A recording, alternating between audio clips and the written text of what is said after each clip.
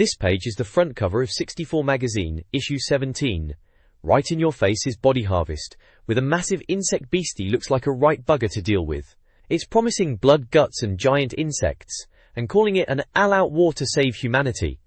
So that sounds typically intense for the N64. Turok 2 is also flagged up, with the tagline "Sink your teeth into an Indian," a massive preview it says, referring to the game's Native American protagonist and setting of course. We've got a glimpse of 0x2, with the words, "So fast you'll scream," which is spot on for that blisteringly quick racer. WWF Warzone is there for the wrestling fans, shouting about becoming King of the Ring.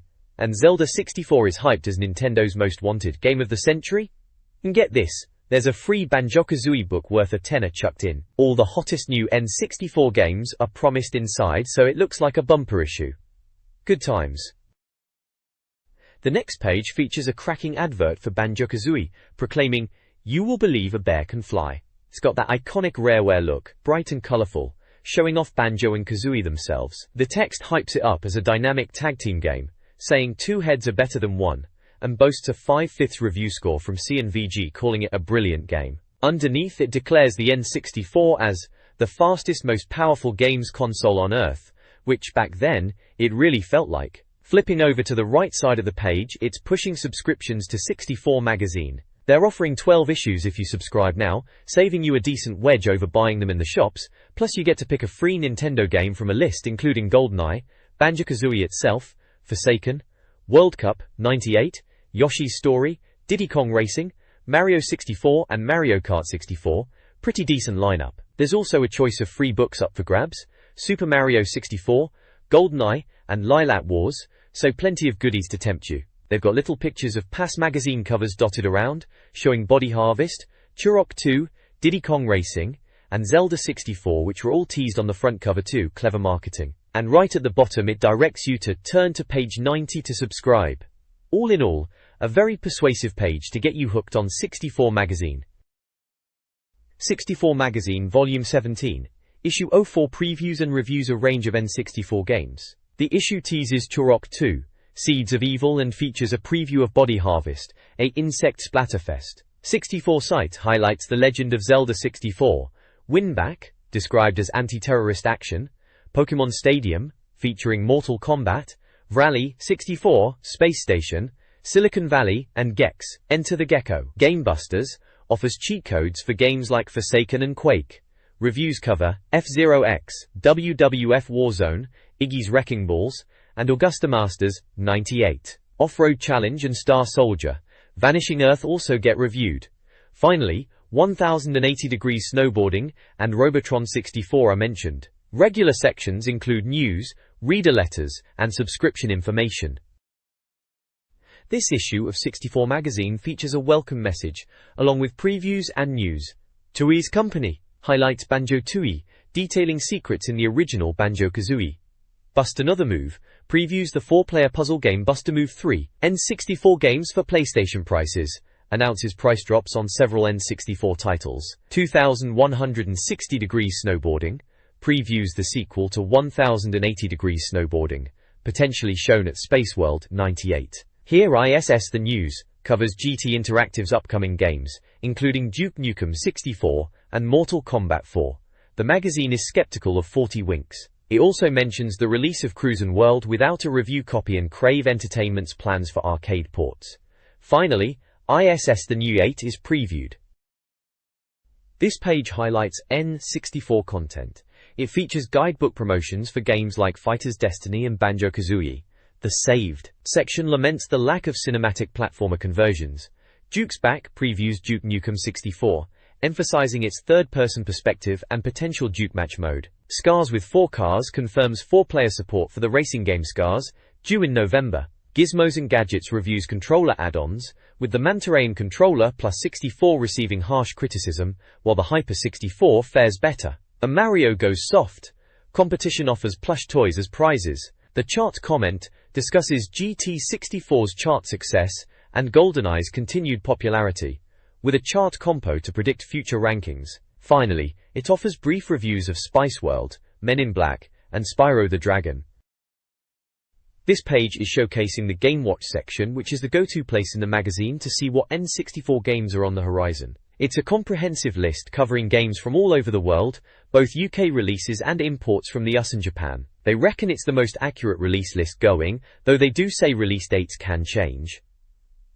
Alongside that is a big advert for 64 Solutions magazine. They are pushing issue number 5, which is out now, costs £3.95, and available at good newsagents. It's all about N64 tips and nothing else, calling itself the Ultimate Tips magazine. This issue supposedly includes full solutions for games like Yoshi's Story, Mystical Ninja starring Goemon, Banjo-Kazooie, and Fighter's Destiny. Plus, they are boasting a complete as of N64 cheats and tips to make sure you're never stuck. They're saying most mags spread solutions across multiple issues, but 64 Solutions does it all in one go, with maps, hints and cheats, packed into a massive 132 pages. You can even order the mag directly using the form. It's £4.95 by cheque or postal order payable to Paragon Publishing, or by credit card or switch/delta.tate. There are a couple of game screenshots too, one showing some monstrous action from Turok 2, Seeds of Evil, and another of Body Harvest, with a top-down view of some action there as well. This issue of 64 Magazine's Letters section features reader feedback on various N64 topics. Readers debate game reviews of Biofreaks and Buster Move, discuss the high cost of cartridges, and speculate on the future of Nintendo games like Zelda and Perfect Dark. One letter critiques Yoshi's Story's difficulty, another eagerly anticipates Turok 2 and its multiplayer. Other topics include the lack of cricket games, speculation on Donkey Kong 64, and questions for the Ask an Indie advice column. Ask Andy addresses the 64DD, a potential Mario 2 cartridge, and the difficulty in reprinting back issues. The magazine also highlights a prize winner and offers an explanation on PAL and NTSC differences in game speeds. The star prize is N64 hardware from NTSC Fire International, or NTSC. The next page of 64 site is a preview of Zelda 64, the Ocarina of Time, or as they cheekily call it, Yay, Ocarina! It's coming out in November, which isn't too far off. They reckon it's shaping up to be something special, mentioning the time travel element will be a big part of the gameplay, like Zelda, a link to the past on the SNES, with Link moving between the past and present. The storyline involves Princess Zelda being kidnapped by Ganondorf, who is after the Triforce. You get to play as both young and adult Link. They are really highlighting the graphics, saying there's loads of detail and even text visible in books within the game. Combat is also looking pretty spectacular, with moves like a sweeping firestorm. They even mention you can lock the viewpoint during combat. It's clear 64 Magazine are well keen on this one, mentioning they've covered it in several previous issues already and think everyone wants to play it. Given the reader's letters on the last page, it's certainly a hot topic. 64 site previews, 3 upcoming N64 games.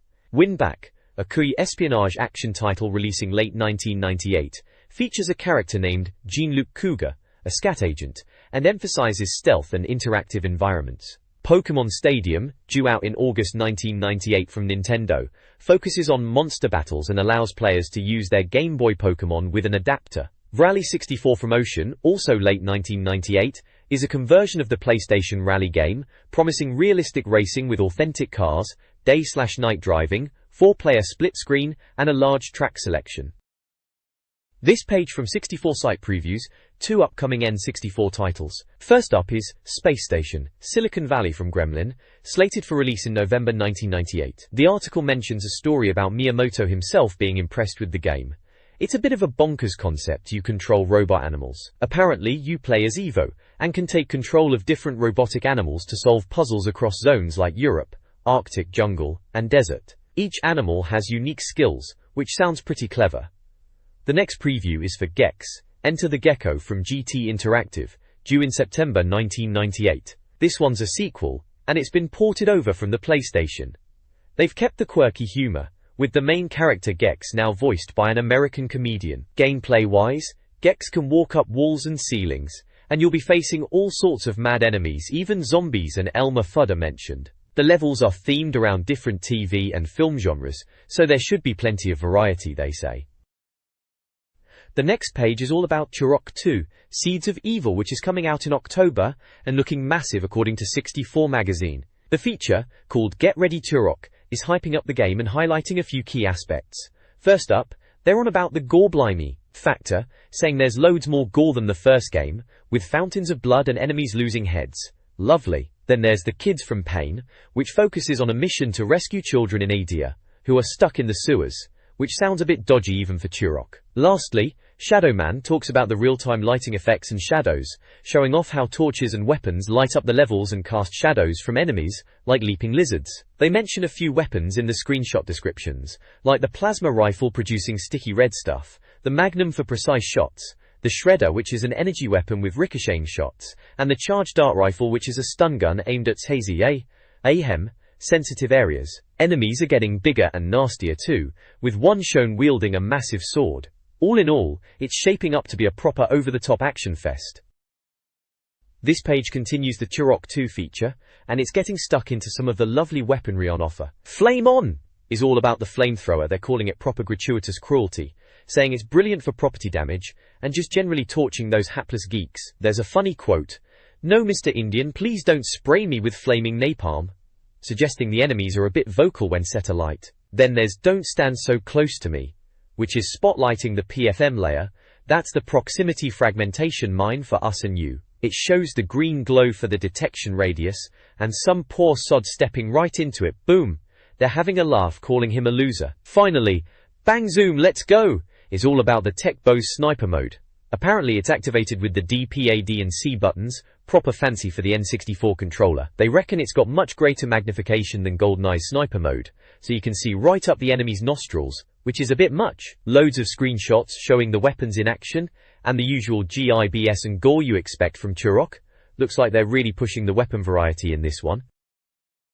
This page is a massive advert from Gameplay, shouting about their prices, choice, quality and service. They reckon they are Britain's largest mail-order supplier of computer games, which is a bold claim. They're pushing Nintendo 64 consoles and games, saying they are the world's most powerful and at the lowest prices. You can get a console for £90.99 with a pad and RF cable, and they're offering free 48-hour delivery. They've got bundles with games like Mario Kart, Diddy Kong Racing, GoldenEye, all the big hitters. They are flogging loads of N64 accessories too, like steering wheels, joypads, memory cards, rumble packs, all the usual bits and bobs. There's a section on second games, where they're selling pre-owned games, guaranteeing quality and good prices for buying and selling. They've even got a Nintendo Virtual Boy section, reduced to clear at £44.99, with games for a tenner each. Bit of a flop that console, but maybe someone will bite at that price.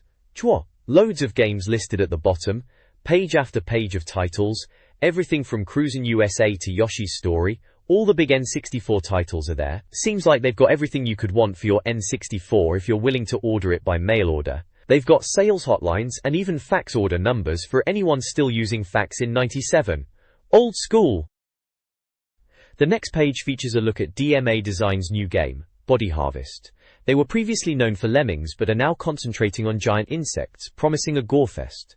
The feature includes screenshots of the game, showing a chap in orange armor facing off against a massive insect creature, and in-game action, with tanks blasting alien bugs in different time zones. There's an interview with Brain Baglow from DMA Design, who explains how the game started as a simple shooter but evolved with Nintendo's input to include characters, buildings, and even RPG bits. They chose barren time zones initially due to polygon limitations on the N64, but the console turned out to be powerful enough for landscapes and towns. Nintendo also pushed for a stronger story, leading to characters like Daisy and the Man in Black, and the use of cutscenes to tell the story, especially to showcase Adam's chin apparently. This article explores DMA Design's Body Harvest, featuring an interview with Brian Baglow. The developers cut numerous ideas, including riding dolphins and large-scale forest fires, focusing on a more mature and graphic experience to counter the typical Nintendo 64 aesthetic. With a team of over 20, the game incorporates DMA Design's signature humor, referencing elements like Trumpton's Village and Colonel Mertz. Baglow highlights the game's open structure and challenging gameplay, appealing to a more sophisticated audience. The article includes screenshots showcasing diverse gameplay, including tank battles, biplane dogfights, and the hovercraft tank form of the Timebase Alpha. It highlights the game's alien enemies, and the capture of humans by green blobs. This page continues the look at DMA Design's Body Harvest, We're getting a closer look at two of the time zones Adam will be visiting, Java in 1941 and the USA in 1966. Java during World War II sees Adam facing off against alien bugs amidst the conflict between American and Japanese forces, with leftover military hardware to utilize. Over in 1966 USA, with the backdrop of Vietnam, race riots, and general unrest, the bugs are making the most of the chows. Apparently mission objectives are less of a concern here, and it's more about good old-fashioned bug swatting. The screenshots give a good idea of the action, with various bug types and the weaponry at Adam's disposal. There's talk of a harvester bug that can bite humans in two, and some kind of huge and disturbingly sexual alien guarding exits. Charming. We also get a peek at the vehicle selection in a Carmageddon section, showcasing a diverse range from a fire engine and biplane to a beach buggy, and even an African Queen-style boat. Finally, the Dark Side section hints at a deeper storyline, mentioning Adam being wounded and captured, and a mysterious figure who resembles him. Intriguing stuff for a bug-blasting romp through time. This page gives us a look at a couple of upcoming games. First up is Wild Metal Country from DMA Design, described as Quake without corridors, which sounds right up my street. It's all about tank combat on a big open planet, focusing on realistic physics, so you can send shells flying over hills and flip lighter tanks, proper physics-based carnage. They're promising 4-player deathmatch too, which could be a blast. Then we've got more on Body Harvest, continuing from the last page, and this time we're in Siberia in 1991. Apparently, the Cold War gone wrong has led to biohazard zombies in the tundra. Sounds a bit grim. One screenshot shows a weird tank-submarine hybrid, which is certainly different. Next up for Body Harvest is Comet in 2016. Daisy's been captured, and Adam has to go blast aliens on a comet to rescue her in the Alpha tank. Looks like some serious bug warfare. Finally, there's a DMA Design softography on the side. It's a list of games they've done, starting way back with Menace on the Amiga and going up to Wild Metal Country for the N64 and PC. It reminds you of the classics they've made over the years, games like Lemmings, Grand Theft Auto and Body Harvest itself. Quite the pedigree. 64 Magazine gives F-Zero X a sizzler rating, praising its incredible speed and smooth gameplay. Reviewer Andy McDermott highlights the game's challenging nature and exciting multiplayer. While the random track generation and ghost modes are appreciated, the inability to skip end sequences and a disappointing deathmatch circuit are noted drawbacks. The review focuses on the blistering speed, a true visual feat even with 30 races, and its superiority over the original F-Zero. They claim F-Zero X offers a far superior 3D experience, even surpassing Mario Kart's Rainbow Road. Customization options and memory pack support for saving data are mentioned. The game is a Nintendo racer from Japan, just released for £59.99, and the review's taglines emphasize its unmatched speed. F-Zero X receives high praise, exceeding the original F-Zero in 3D, and even topping Mario Kart 64's Rainbow Road in terms of speed and visuals, even with 30 races. The review highlights the Death Race 2000 mode as a chaotic, single-track competition. The game features track elements like speed boosts, energy recharge strips, mines, and ramps. The character designs are described as ugly mutants, but in a positive way, offering 30 races to choose from, reminiscent of Iron Maiden album art. The reviewer strongly recommends the game, even with a late UK release competing against Wipeout 64 and Extreme G, highlighting the game's quality. The music is criticized as West Coast plank-spanking rock, and is compared unfavorably to Wipeout 64's soundtrack. F-Zero X receives a 90% rating, praised for its speed and gameplay, with screenshots showcasing speeds up to 813 km per hour. A second opinion highlights initial visual disappointment but acknowledges the addictive gameplay. The review details the N64 controller layout, emphasizing the use of R and Z for drifting and sliding. Similar games are recommended. Warrington Nook. A quirky section describes a hidden fruit machine game within the Japanese multiplayer, allowing players to sabotage others. Advertisements include a game swap service, and an ad for 64 Magazine. WCOK. Entertainment Direct, a mail-order game specialist, advertises N64 import specials requiring converters. They offer new games like Banjo-Kazooie, and used games like GoldenEye, along with accessories and console bundles. They offer a huge selection of games and a phone hotline for inquiries. This page is a review of WWF Warzone on the N64, giving it a strong 90% rating. It's hailed as breathing new life into wrestling games, especially after some less exciting titles. The review highlights the impressive graphics, stating the wrestlers almost look real due to clever design choices and polygon use. They reckon the characters move realistically too, comparing it to real WWF footage. There's a section on creating your own wrestlers, which sounds like a blast, with loads of options for customization. They've even showcased some of their own creations like Bloat Boy, Bogey, Beefcake, and Random Boy, each with their own names and signature. Moves proper funny stuff. Sound is also praised, with commentary and wrestler theme tunes adding to the atmosphere. The review mentions cage matches and Royal Rumble being in there, along with weapon use, though apparently not in all match types. They also mention the crowd reactions being a key feature, cheering for good guys and booing the rule breakers. The review box gives it 90%, calling it a sizzler, and lists positives like the custom player feature, smooth players, excellent sounds, and responsive controls, while jokingly noting that it's wrestling, which might put some people off, as the only potential negative. WWF Warzone's review highlights its in-depth features. A key element is the weapons mode, enabling chaotic chair and television use. The Creator-Wrestler mode, Become Frankensteinstein, allows extensive customization of appearance, name, theme, moves, and personality, with creations savable for multiplayer. The game features the Final Event, Challenge mode, emphasizing wrestler entrances. The review praises the player creation, with a second opinion calling it superior to competitors, enhancing playability compared to WCW versus NWO. The review includes a controller layout guide and suggests WCW versus NWO, World Tour and Brave Spirits as alternatives. Scoring high across the board in graphics, audio, gameplay and challenge, the game achieves a 90% overall rating, lauded as top grappling action. Iggy's Wrecking Balls for the N64 is a quirky racing game where players control spherical characters. The review emphasizes its unusual concept, focusing on wrecking ball racing and demolition-based gameplay. Developed by Iguana and published by Acclaim, the game features colorful 3D graphics, smooth animation, and addictive multiplayer, despite occasional slowdowns. The gameplay involves jumping, ducking, grappling, and swinging. Players can race, compete in time trials, or battle others with power-ups and hazards. The battle mode offers a 3-life system with the objective of eliminating opponents.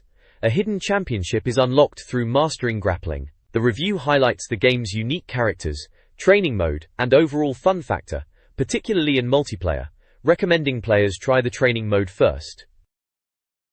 The next page in 64 magazine continues the review of Iggy's Wrecking Balls. There's a second opinion from Andy McDermott who reckons you need to actually play it to get it, saying screenshots don't do it justice, but it's well worth the effort for the entertainment value. Below that, there's a breakdown of the bottom line controls showing the N64 pad layout.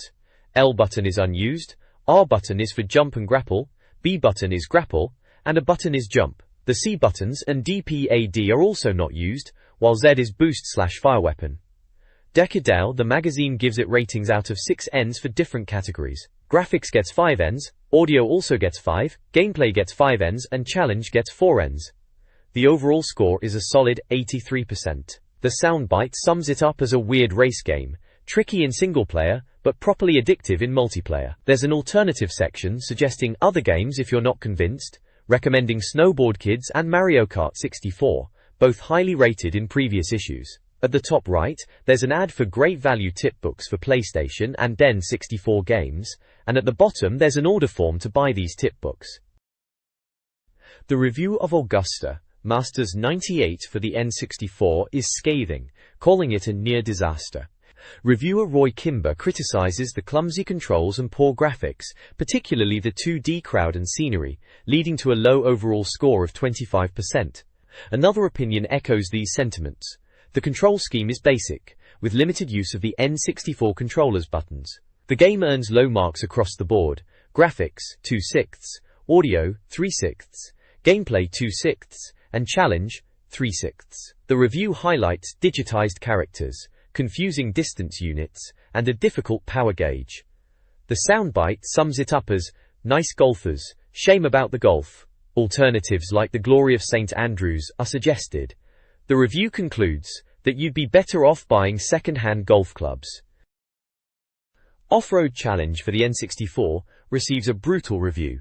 Described as a poor conversion of the arcade game, it's criticized for its subpar graphics, jerky animation, and cheesy sound effects, with the reviewer even suggesting it induces nausea. Developed by Avalanche and published by Midway, the game features monster truck racing with basic controls and two-player support, costing £59.99.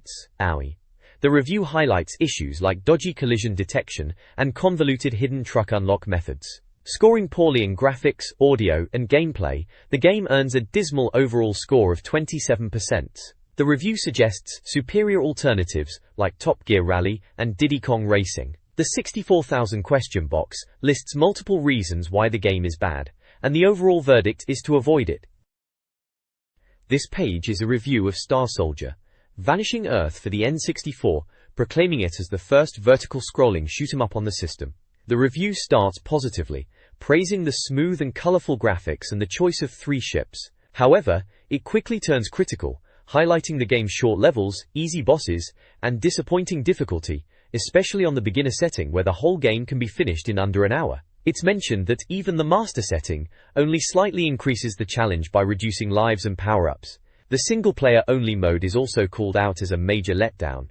Warrington Norsa Hazme. Despite these criticisms, the reviewer suggests that dedicated fans of vertical shooters might still find enjoyment if they ignore the easier difficulties and play on master mode. The game does offer 3 distinct ships: the fast Lathyrus, the balanced Vanidolim, and the slow but powerful Wisteria, each with unique weapons. The controls are standard N64 fare, detailed in a small panel. Alternatives like Lylat Wars and Robotron 64 are suggested, both scoring higher in previous reviews. A second opinion from Andy McDermott is even harsher, comparing it unfavorably to classics like Xevious and even Bomberman, ultimately calling it complete rubbish. The game receives an overall score of 65%, pulled down by its poor challenge, summarized in the soundbite as, "What should have been a great game spoiled by naff difficulty level and length." 1080 Degrees Snowboarding for the N64 is a 1-to-4 player sports sim, developed and published by Nintendo. The game features race and stunt trial modes, with realistic yet challenging controls using the analog stick. While the damage system is deemed lenient, the game excels visually, with detailed snowboards and thrash metal music. The review praises the gameplay, graphics, audio, and challenge, all receiving top marks.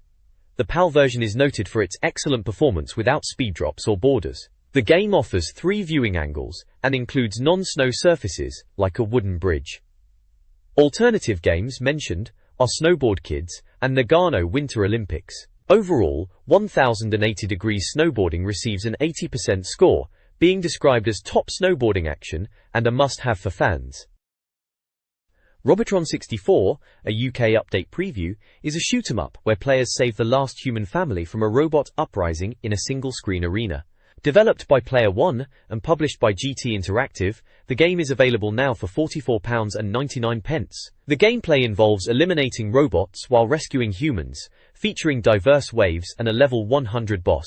The review highlights the game's furious but effective dual-directional controls and addictive, challenging gameplay despite its less impressive graphics. The game utilizes a password system for level access. Ratings awarded 4/5 for graphics, audio and gameplay, and 5/5 for challenge, leading to an 82% overall score. The review praises the non-stop action, with an additional opinion reinforcing the game's addictiveness.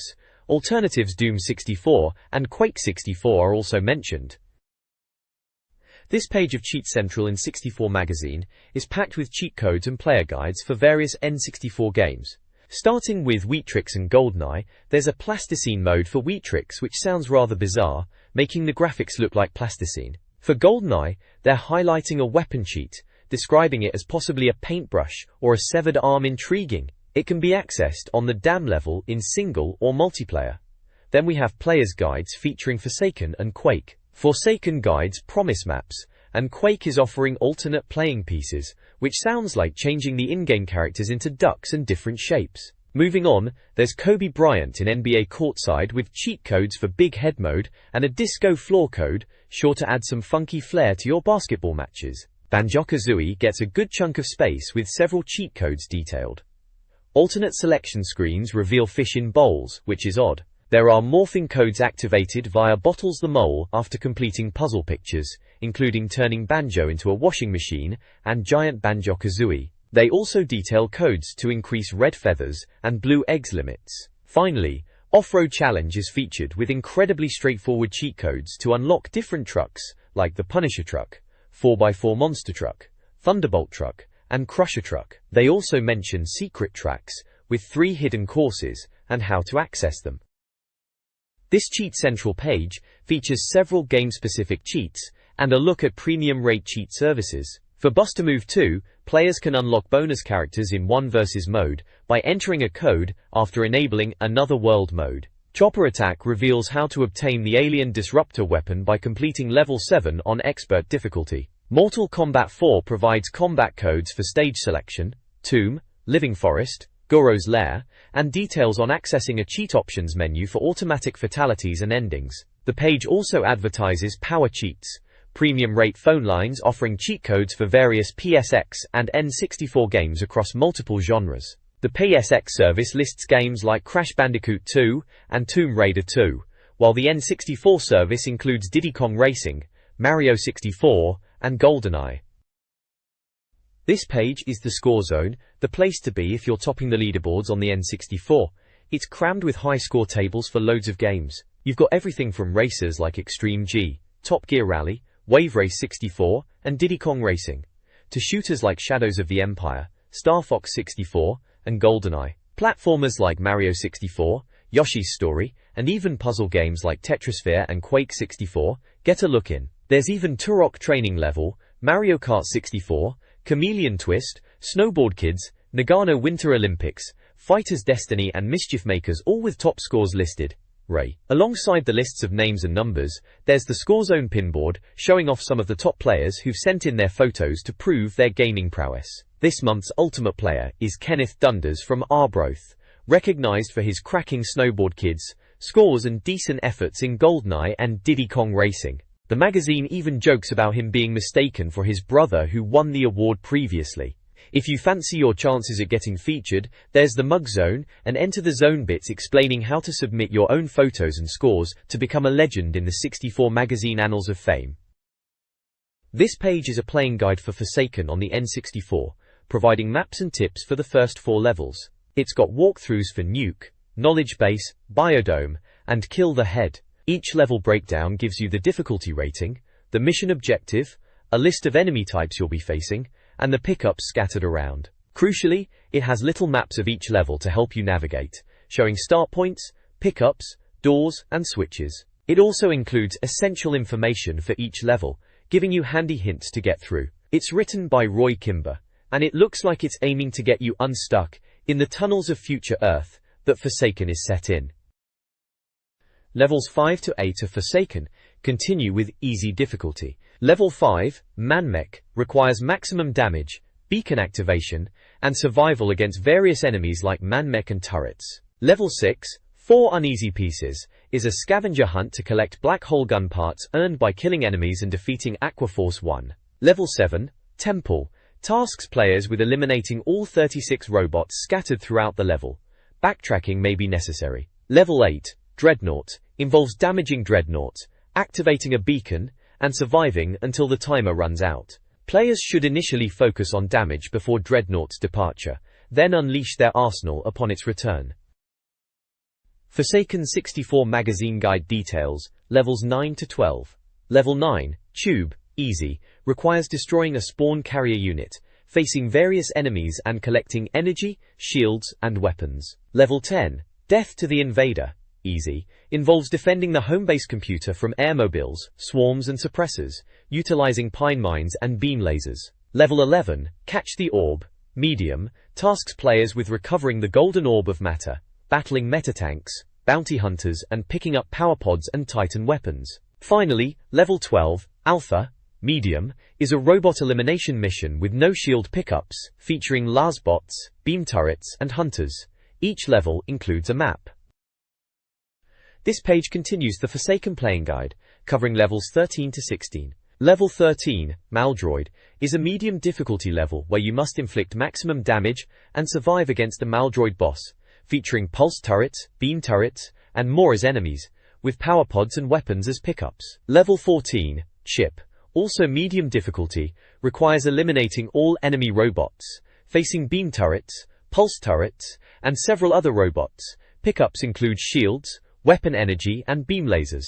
Level 15 is Power Down, another medium difficulty level where you need to destroy the ComNavy router and deal with enemy types like pulse turrets, beam turrets, hunters, and more, with power pods, shields, and weapon energy available. Finally, Level 16, Save the Drone, is a medium difficulty mission to guide and safeguard the carrier drone against pulse turrets, beam turrets, and dual turrets, and others. Pickups include power pods, shields, and weapon energy, and you need to use switches to direct the drone, studying the map for the best route. Levels 17 to 20 of the Forsaken Game Guide are detailed. Level 17, Battle Base, medium difficulty, requires finding the power crystal, activating a beacon, and surviving. Level 18, Ramkan, medium, is about damaging and surviving against the boss, Ramkan, after beacon activation. Level 19, Defend the Power, hard, tasks players with defending 4 reactor cores, and is similar to Mission 10. Pine mines are suggested for blocking enemy routes. Level 20, Refinery, hard, involves eliminating 50 robots to complete the mission. Each level features diverse enemy types, a variety of pickups, and is accompanied by maps and relevant visuals. This page continues the guide for Forsaken, now covering Level 21, Sewer, which is set at a hard difficulty. The mission objective here is to eliminate as many enemy robots as possible within 4 minutes. The guide lists enemy types like Mine Layer, Hunter and Levitank, and pickups including Power Pod, Shield, and Weapon Energy. It stresses the time limit and suggests aiming for at least 80% completion to progress to the final mission on hard difficulty. Next up is Level 22, Stabilizers, also hard difficulty. This mission requires placing 5 stabilizing crystals in the reactor core. Enemy types listed include Dual Turret, Pulse Turret and Swarm, and pickups are Power Pod, Golden Power Pod and Shield, plus many weapon types. The essential info mentions needing to locate all 5 crystals, with one being held by the bounty hunter Excop who you need to defeat. The right side of the page is an advert for a Maximum Solutions Banjo-Kazooie game guidebook, priced at £3.95. It claims to be a complete full-color solution to the game, boasting over 80 pages, full maps, secrets and character profiles. The advert highlights features such as every cheat, secret area, jiggy location, complete maps, in-depth walkthroughs, enemy and move explanations, and a huge items guide. Plus, it comes with 4 double-sided Banjo-Kazooie posters for free, and it's advertised as out on July 30th. There's an order form to send off to Paragon Publishing to purchase the guide. This page advertises a variety of Nintendo 64 products. Featured are N64 bundles, including a gold console with games like GoldenEye and Mario Kart, all priced under £130. Individual game prices are listed, such as Mission Impossible, GT Club 64, and Banjo-Kazooie, each with potential discounts when bundled with accessories like controllers, steering wheels, or soft toys. New accessories include character soft toys, and a Game Boy Pocket camera and printer. A vast selection of new and used N64 games are also offered. Official colored N64 controllers are available, with deals on multiple purchases, alongside various third-party controllers boasting features like autofire. Finally, there are Game Boy game and accessory offerings, including bundles with Tetris, and original Game Boys under £50. Few Super NES games and a promotion for a pink Game Boy Pocket are also highlighted, with the Spice Girls poster offer. This page is a playing guide for Quake 64, specifically Level 21, The Palace of Hate. It's a walkthrough, see, giving you a step-by-step guide on how to get through the level. They've got a map of the level layout, with all the secrets marked, and screenshots to help you along. Looks like there are 5 secrets to find in this level, with goodies like armor, health, and a ring of shadows to nab if you can find them. They've also included a handy icon key to explain what all the little symbols on the map mean. Weapons, ammo, health, keys, power-ups and map features like switches and doors. So if you're stuck in the Palace of Hate, this should sort you right out. This page carries on the Quake 64 playing guide. This time it's Level 22, The Pain Maze. Right then, another walkthrough and level map to help you navigate this maze, spotting the secrets marked out for you. Looks like 4 secrets on this level to uncover, filled with bits and bobs like red armor and cells. Secret 1 is about finding a hidden lift behind a pillar to get to a secret area. Secret 2 is underwater in a small pool where you can surface for air and find goodies like a thunderbolt, health, rockets, and a biosuit. Secret 3 involves shooting a wall in a watery passage to reveal another secret area with nails, shells, cells, and a pentagram of protection. And Secret 4? Well, that's a jump from a high ledge to another platform to grab some red armor and cells. The walkthrough itself gives you the usual step-by-step, telling you where to grab keys. Silver and gold keys are important it seems, and to watch out for Death Knights, fiends, Vors, and those pesky underwater rotfish. Standard Quake fare really, blasting monsters and navigating tricky levels, this time in a maze setup it looks like. Good bit of help if you're stuck on this level and wanting to find all the hidden bits. This Quake 64 guide details the Azure Agony level, level 23. The walkthrough highlights secrets, including finding rockets, shells, health, rings of shadows, cells, and quad damage runes by navigating platforms, shooting walls, and jumping. Secrets 7 to 9 involve a pool and require underwater exploration to find rockets and mega health. The guide directs players to use the Thunderbolt against a shambler, drop through a hole to fight Death Knights, and navigate through fiends, switches, and lifts. It advises collecting a silver key, activating switches, and battling Vors. The level concludes with exiting a large pool room, navigating passages to a silver door and a portal, and emphasizes collecting ammo while avoiding monsters in dark corridors. This page features a walkthrough for Quake 64, this time guiding you through the Nameless City level. It details finding 4 secrets and provides step-by-step instructions to get through the level. Secret 1 involves going under the ogre's perch, hitting a switch, and finding red armor. Secret 2 is about dropping through holes to get a quad damage rune. Secret 3 talks about collecting a gold key and dropping off a ledge for health and cells. Secret 4 involves a silver door, a slope, and finding mega health. The walkthrough mentions battling various beasties like zombies, fiends, Vors, and ogres, and using lifts and switches to progress. Screenshots show typical Quake 64 gameplay, corridors, enemies, and item pickups. There's also a map of the level, showing the layout and secret locations marked S1 to S4. This guide details level 25, Shub Niggurath's Pit, in Quake 64. Players begin by navigating watery areas and battling rotfish, eventually acquiring a Thunderbolt. They then face shamblers and Vors near lava pools, utilizing the Thunderbolt. The level culminates in a boss fight against Shub Niggurath, described as a small stunted tree. The guide emphasizes timing the portal entry to exploit a spiked ball, aiming for a huge telefrag to defeat the boss. It cautions against excessive ammo usage due to the volume of enemies. A Secret 1 area is revealed, requiring players to find a ledge for a quad damage rune. The guide includes screenshots of gameplay and a map outlining level layout, item locations, and the start/end points. The next page is a right proper advert for Nintendo 64 Secrets, Strategies, Solutions. They're pushing their range of guidebooks, see, for all the top-end 64 games. They've got guides for Banjo-Kazooie, GoldenEye 007, Super Mario 64, and even World Cup 98 for you footy fanatics. Looks like they've got one for Lilat Wars as well, and Turok 2, plus a general as guide to all things N64. They're also flogging 64 Solutions magazine subscriptions, and if you subscribe for a year you can nab yourself a free game from a selection including Banjo-Kazooie, Yoshi's Story, Banjo-Kazooie again for some reason, and Diddy Kong Racing. Right at the bottom there's an order form, proper old school, with check or postal order options, or you can use your credit card. They've even got phone, email, web, and fax ordering options.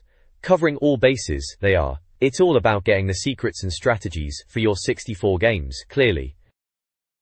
This page is all about subscribing to 64 Magazine and snapping up a bargain. They're pushing their mega deal subscription where you get a free game when you sign up. You can choose from top-end 64 titles like GoldenEye, Banjo-Kazooie, Forsaken, and Diddy Kong Racing. They've also got Yoshi's Story, World Cup 98, Super Mario 64, and Mario Kart 64 in the mix for your freebie. Or, if games aren't your thing, you can grab a strategy guide instead. They've got options for Lilat Wars, GoldenEye, and a general secret strategies and solutions book. Looks like they're trying to shift some back issues too, from issue 2, right up to issue 16, although a few of them are already sold out. Typical. There's an order form to fill out for either subscriptions or back issues, Proper old-school style, with check or postal order options, or credit card if you're fancy. The Nindex reviews N64 games, awarding 64 Sizzler, 90% plus, and Gold Medal, 95% plus titles. Banjo-Kazooie earned a gold medal with 95%, hailed as a classic. Buster Move 2 secured a Sizzler at 91%, praised for its simple fun. Other notable scores include Diddy Kong Racing, 86%, Duke Nukem 64, 84%, Biofreaks, Blast Corps, Bomberman 64, and 1080 Snowboarding, all 80%. Airboarder received 80%, a love it or hate it hoverboard sim. Games like Clayfighter 63 and a third 8%, Cruisin' USA 22%, and Doraemon 30%, received extremely negative reviews. Aero Fighters Assault 20% and Aero Gauge 40% were also heavily criticized. The Nindex review covers a range of N64 games. Early titles like F1 Pole Position 63% and FIFA 64 20% received poor scores, while FIFA Road to World Cup 98-80% saw a significant improvement. GoldenEye 95% is hailed as a classic. Other notable scores include Forsaken 93%, Lilat Wars 88%, Mortal Kombat 4 86%, Mystical Ninja starring Goemon 85%, NBA Courtside 85%, and IS 98 94%. The reviews also highlight varied experiences, from the disappointing Mario Kart 64 78% to the frustrating MK Mythologies Sub-Zero 46%. Several fighting games like Fighter's Destiny, GASP, Fighters Nextream and Mace, The Dark Age were also reviewed, earning mixed results. This page reviews a variety of N64 games. Standouts include Quake, 88%, praised for its impressive PC conversion, Super Mario 64, 92%, still considered a fantastic game, and Puyo Puyo Sun, 64, 87%, an addictive puzzle game. Wave Race 64, 83%, is an excellent jet ski simulator. Other notable titles include NHL Breakaway, 98, 85%, Snowboard Kids, 83%, and WCW vs NWO World Tour, 83%. Conversely, Quest 64, 56%, and War Gods, 40%, received low scores. Sports games, such as Wayne Gretzky's 3D Hockey, 30%, had mixed reception, and several conversions received middling scores. Puzzle games, like Tetrisphere and Weetrix, were also positively reviewed. This page hypes the upcoming issue of 64 magazine, previewing reviews for games like Gex, Enter the Gecko, Glover, F1 World Grand Prix, and Mission Impossible. An info section lists magazine staff and contact details. The bulk of the page is dedicated to advertisements from Special Reserve, a mail-order game retailer. They're promoting Nintendo 64 bundles and a wide selection of N64, Super NES and Game Boy games, all with a 10% discount. They also advertise Game Boy cameras, printers, and a variety of N64 controllers. Finally, the page promotes magazine subscriptions, urging readers to secure their copy of issue 18, which goes on sale September 10th. The magazine's tagline is, 64 Magazine, better living through video games.